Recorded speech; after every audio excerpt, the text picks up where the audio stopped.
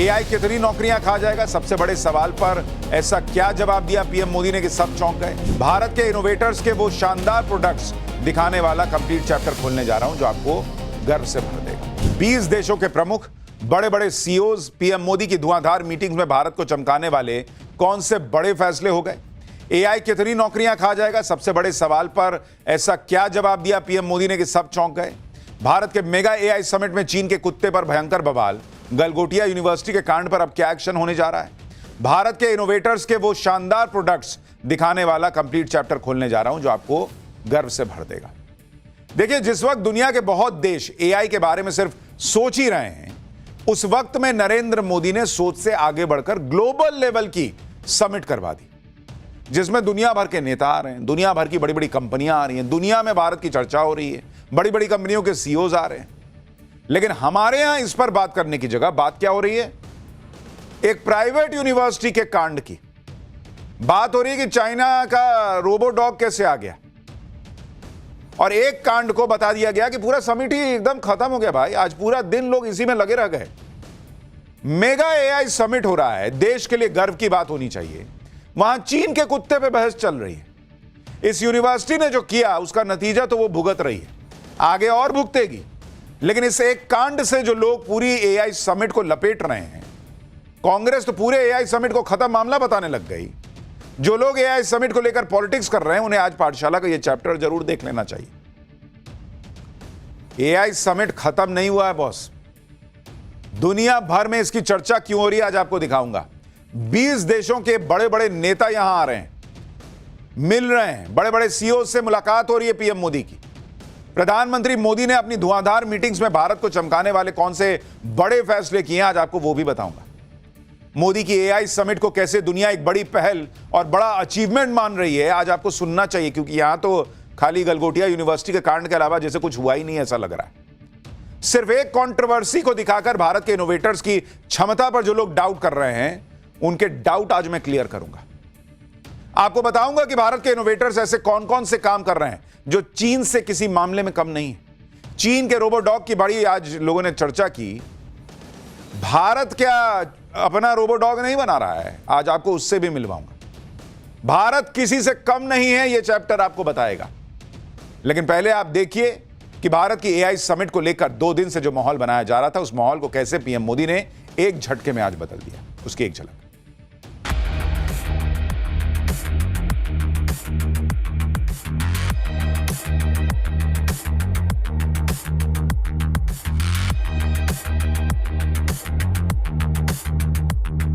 Summit में आपको एक चीनी रोबोट को अपना बताना पड़ रहा है। ये मुझे लगता है इससे बुरी परिस्थिति तो आज़ाद भारत में हमारे हिंदुस्तान की कभी नहीं हुई। हमने ये कभी क्लेम नहीं किया कि हमने कुछ मैन्युफैक्चर किया है जो हमने नहीं किया। एआई समिट को लेकर एक तरफ अचीवमेंट्स हैं, दूसरी तरफ कंट्रोवर्सी। एक तरफ सवाल और बवाल है, दूसरी तरफ नरेंद्र मोदी ने जो किया वो कमाल है। लेकिन आप इस बात को भी समझिए कि कोई एक कंट्रोवर्सी इतनी बड़ी अचीवमेंट को कम कर सकती है क्या? अगर आपके दिल में अपने देश के प्रति जो गर्व का भाव होना चाहिए वो नहीं है, तभी आपको लगेगा कि एआई समिट खराब हो गई। एआई समिट को लेकर चाइनीज रोबोडॉग और एक प्राइवेट यूनिवर्सिटी की जो कंट्रोवर्सी हुई, उसके बारे में आगे बताऊंगा। लेकिन पहले अचीवमेंट की बात करना जरूरी है बॉस, क्योंकि नरेंद्र मोदी की एआई समिट ऐसी है, भारत की एआई समिट ऐसी है जिसकी बात पूरी दुनिया में हो रही है। यह दुनिया में ग्लोबल साउथ को लेकर भारत की लीडरशिप दिखा रहा है। लोग लगे पड़े हैं चाइनीज कुत्ते के पीछे। अरे पहले भारत जो अचीव कर रहा है वो देखो ना यार।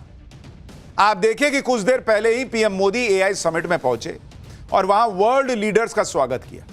20 देशों के प्रमुख एआई समिट के लिए भारत आए हैं, इसमें से ज्यादातर नेता भारत आ चुके हैं।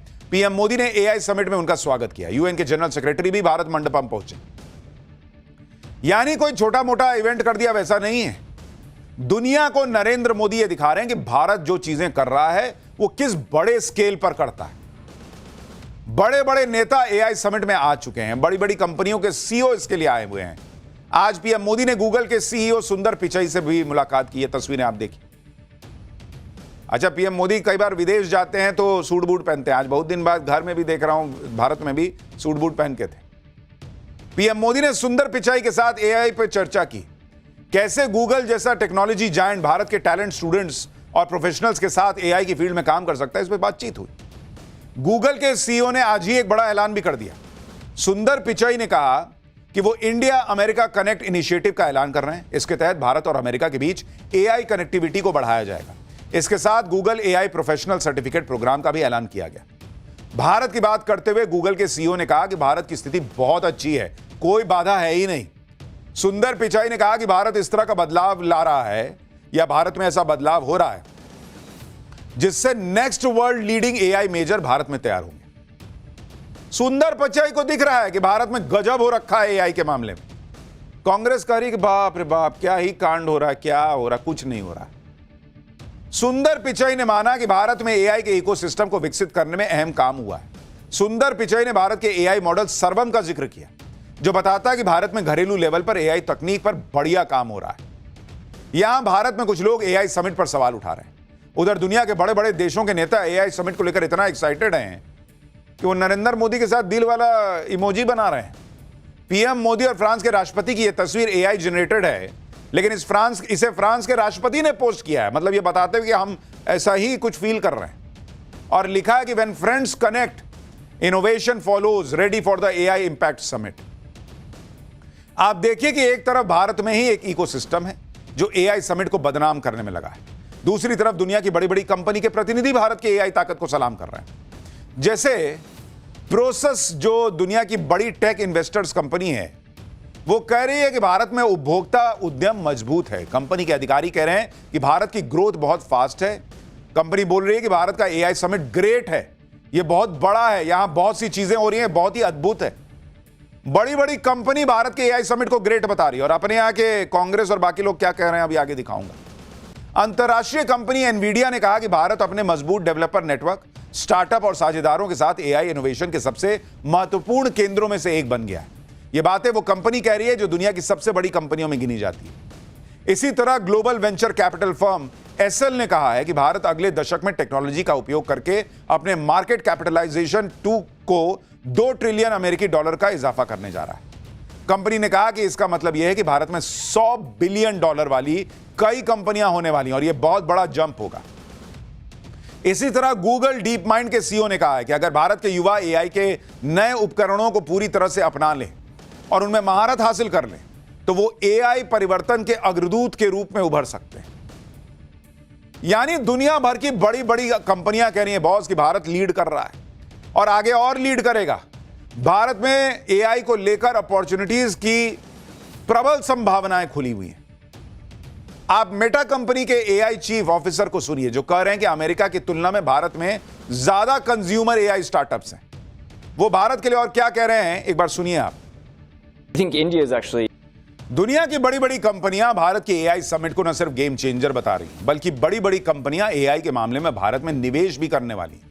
ग्लोबल चिप मेजर क्वालकॉम ने यह कह दिया है कि भारत में 1360 करोड़ रुपए का निवेश का प्लान है। कंपनी अपने स्ट्रैटेजिक एआई वेंचर फंड के जरिए भारत की उन कंपनियों में निवेश करेगी जो एआई में आगे बढ़ रहे हैं। भारत की दिग्गज engineering company Larsen and turbo और चिप निर्माता कंपनी एनवीडिया ने भी हाथ मिला लिया है।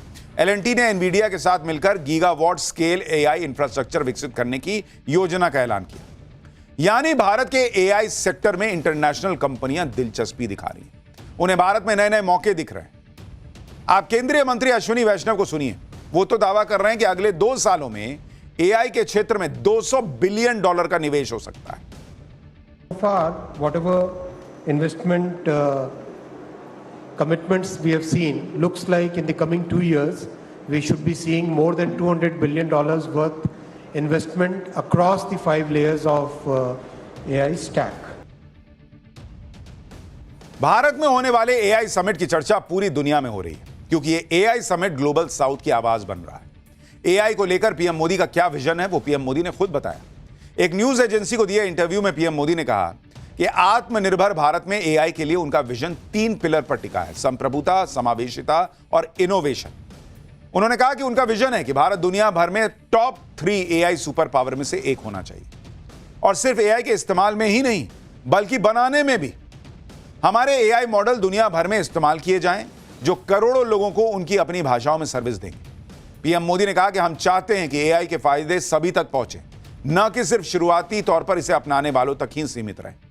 ग्लोबल साउथ में आयोजित पहले ग्लोबल एआई समिट के तौर पर भारत एक ऐसा प्लेटफॉर्म बन रहा है जो कम प्रतिनिधित्व वाली आवाजों और विकास की प्राथमिकताओं को बढ़ावा देता है।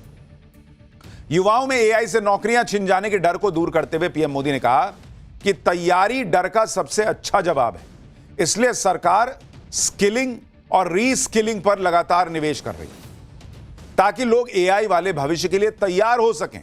उन्होंने कहा कि सरकार इस चुनौती को भविष्य की समस्या मानकर टाल नहीं रही है, बल्कि इसे आज की जरूरत मानकर काम कर रही है और लोगों में यह स्किल डेवलप करने पर काम कर रही है। इतिहास बताता है कि टेक्नोलॉजी से काम खत्म नहीं होता, काम का नेचर बदलता है और नई तरह की नौकरियां बनती हैं। कुछ रोल बदलेंगे, लेकिन डिजिटल बदलाव ने नई टेक जॉब्स भी आएंगी।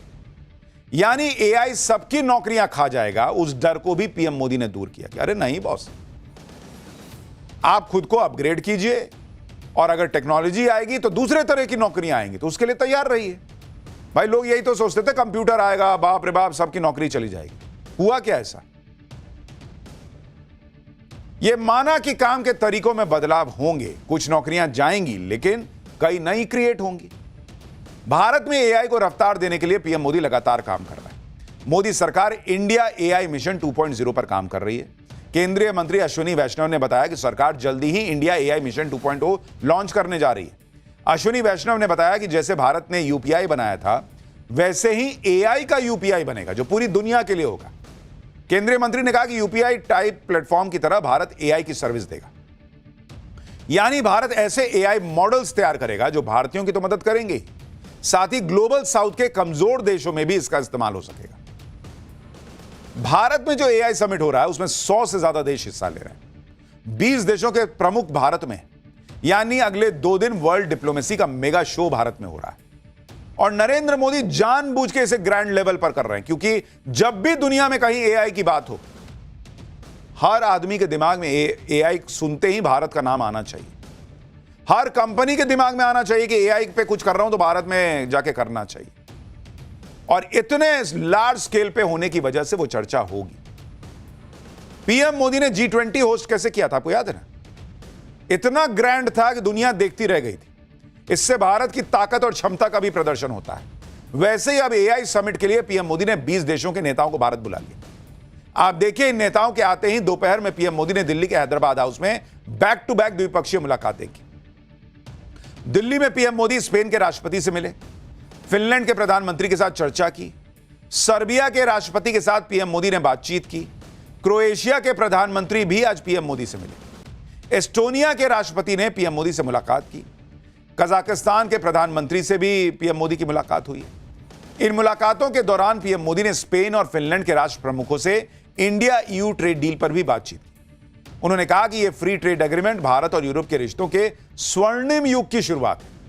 स्पेन के साथ डिफेंस, सिक्योरिटी, टेक्नोलॉजी पर बात हुई। फिनलैंड के साथ ट्रेड को डबल करने पर बात हुई। 6G जैसे टेक्नोलॉजी में सहयोग बढ़ाने पर बात हुई। मतलब एक पंथ दो काज, सबको बुला के भारत का रौला भी दिखा दिया। देखो यार, हम क्या जबरदस्त एआई समिट कर रहे हैं। और जब आई हो तो थोड़ा बिजनेस की भी बात कर लेते हैं, थोड़ी टेक्नोलॉजी की बात कर लेते हैं, थोड़ा डिफेंस की बात कर लेते हैं, वो भी हो गया। और दुनिया में जो तस्वीर जा रही है वो तो जा ही रही है। पीएम मोदी भूटान के प्रधानमंत्री से भी मिले। उनकी मुलाकात की तस्वीरें वायरल हो रही है, क्योंकि दोनों नेताओं ने जिस तरह से एक दूसरे को गले लगाया, उससे ऐसा लगा कि 2 देशों के नेता नहीं बल्कि 2 भाई मिल रहे हैं। एआई समिट में शामिल होने के लिए फ्रांस के राष्ट्रपति तो पहले ही भारत आ चुके हैं, मैक्रोन। आज ब्राजील के राष्ट्रपति भारत आए। ब्राजील के राष्ट्रपति अपने साथ करीब 300 सदस्यों वाला डेलीगेशन लेकर आए हुए हैं। ब्राजील के राष्ट्रपति लूला दा सिल्वा एआई समिट में शामिल होंगे, पीएम मोदी से द्विपक्षीय बातचीत करेंगे। ब्राजील के राष्ट्रपति ऐसे वक्त में भारत आए हैं जब ब्राजील भी अमेरिका और चीन पर अपनी निर्भरता को कम करना चाह रहा है और ब्राजील को भारत के रूप में एक भरोसेमंद पार्टनर दिख रहा है। राष्ट्रपति लूला दा सिल्वा 18 से 22 फरवरी तक भारत के दौरे पर रहने वाले हैं। ब्राजील के राष्ट्रपति के दौरे की बहुत चर्चा भी है, क्योंकि कहा जा रहा है कि भारत और ब्राजील के बीच बड़ी बड़ी डील हो सकती है। विदेश मंत्रालय ने बताया कि पीएम मोदी भारत और ब्राजील के रिश्तों को नए लेवल पर ले जाने वाले हैं। ब्राजील के राष्ट्रपति के दौरे पर ट्रेड टॉप एजेंडा है। भारत और ब्राजील के बीच द्विपक्षीय व्यापार 2024 के मुकाबले 2025 में 25% ऑलरेडी बढ़ चुका है। भारत और ब्राजील के बीच जो $12 बिलियन यानी 1,08,000 करोड़ का व्यापार होता है, उसे बढ़ाकर अगले 5 साल में $20 बिलियन यानी 1,80,000 करोड़ रुपए तक ले जाने का टारगेट है। भारत और ब्राजील के बीच फार्मा और सिविल एविएशन में डील हो सकती है। क्रिटिकल मिनरल, जिसे दुनिया का नया गोल्ड कहा जा रहा है, उसे लेकर दोनों देशों में अहम डील हो सकती है। दावा है कि चीन के बाद दुनिया में सबसे ज्यादा रेयर अर्थ रिजर्व ब्राजील के ही पास है। तो भारत के लिए ब्राजील से यह दोस्ती बहुत कारगर साबित होगी। इधर दुनिया के बड़े बड़े नेता, सीईओ सब भारत में हैं। वो भारत की एआई ताकत को सलाम ठोक रहे हैं। वो भारत के एआई समिट को देखकर हैरान हो रहे हैं। भारत डील पे डील ठोके जा रहा है। दूसरी तरफ भारत में एक इकोसिस्टम एआई समिट को फ्लॉप बताने में लगा है। वो भी इसलिए क्योंकि एआई समिट में एक यूनिवर्सिटी ने बड़ा कांड कर दिया। दरअसल एआई समिट में गलगोटिया यूनिवर्सिटी के पवेलियन में एक रोबो डॉग दिखाया गया। रोबो डॉग की बड़ी चर्चा होने लगी।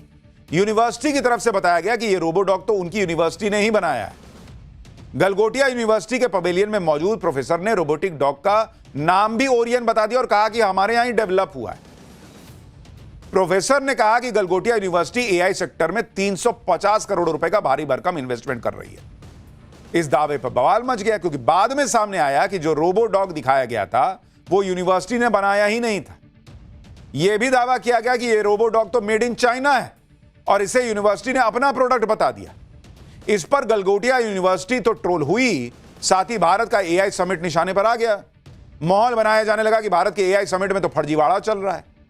एक स्टॉल पर ऐसा हुआ, एक यूनिवर्सिटी ने ऐसा कांड किया, पूरा एआई समिट इतना भव्य हो रहा है, उस पूरे एआई समिट को ये लोग जो है खराब बताने लगे। कई टेक एक्सपर्ट्स और यूजर्स ने दावा किया कि जिस रोबो डॉग को गलगोटिया यूनिवर्सिटी वाले अपनी क्रिएटिविटी बता रहे थे, वो असल में चाइनीज कंपनी यूनिट्री का रोबो डॉग है। लोगों ने इस रोबो डॉग के मॉडल का नाम भी बता दिया। दावा किया गया कि यूनिट्री के रोबो डॉग का GO2 मॉडल है, जो खुले बाजार में और ऑनलाइन प्लेटफॉर्म पर 2 से 3 लाख रुपए में आसानी से खरीदने पर मिल जाता है। इसके बाद गलगोटिया यूनिवर्सिटी का ड्रोन शॉकर भी विवादों में आ गया। इस ड्रोन को भी यूनिवर्सिटी ने अपनी खोज बता दिया था। दावा किया कि इंडिया का पहला ड्रोन शॉकर एरिना है, लेकिन यूनिवर्सिटी का यह दावा भी झूठा निकला। कई लोगों ने बताया कि असल में यह कोरिया का ड्रोन है। लोगों ने इस ड्रोन के मॉडल का नाम भी बता दिया, स्ट्राइकर V3 ARF। दावा किया गया कि मार्केट में इसकी कीमत 40,000 रुपए, लेकिन यूनिवर्सिटी ने दावा ठोक दिया था कि हम ही बनाए बे किए हैं। जब गलगोटिया यूनिवर्सिटी के दावे एक्सपोज होने लगे तो उनके लोगों को समझ में नहीं आया कि अब क्या करें, तो कांड हो गया। इसी चक्कर में बयान पर बयान बदलते रहे। सीधे माफी मांगनी चाहिए था ना जी, तो थेथराई करने लगे। माफी मांगने की जगह इधर उधर की बात करने लगे। कभी मीडिया पर कंट्रोवर्सी क्रिएट करने को लेकर सवाल खड़े करने लगे, कभी समझ का फेर बता दिया। ये लोग दावा करने लगे कि उन्होंने तो चाइनीज रोबो डॉग को अपना बताया ही नहीं था। सुनिए एक बार। मैं जो कहना चाहती हूँ वो शायद मैं बहुत अच्छे से कह नहीं पाई, समय के अभाव के कारण या आसपास के बज़ और शोर के कारण, और आप जो समझना चाहते हैं शायद आपने उसमें पूरा धैर्य नहीं दिया उसको ठीक तरह से समझने का। हमने ये कभी क्लेम नहीं किया कि हमने कुछ मैन्युफैक्चर किया है जो हमने नहीं किया। प्रोफेसर नेहा, कल हमने देखा था कि वो डॉग का ही video, the whole focus was on that dog. आपने डेवलप शब्द का भी यूज किया था। तो डेवलपमेंट का मतलब किसी चीज को डिजाइन और मैन्युफैक्चर करना नहीं होता है। देख रहे हैं, थेथराई देख रहे हैं कि हमने तो डेवलप कहा था, हमने मैन्युफैक्चरिंग नहीं कहा था, आप लोग नहीं समझे।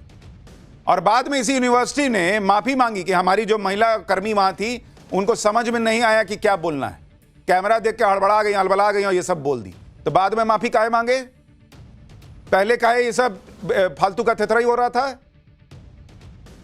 चीचा लेदर अपना तो कराई, बाकी लोगों का भी हो गया, पूरे एआई समिट का करवा दिए कि इकोसिस्टम से चीचा लेदर।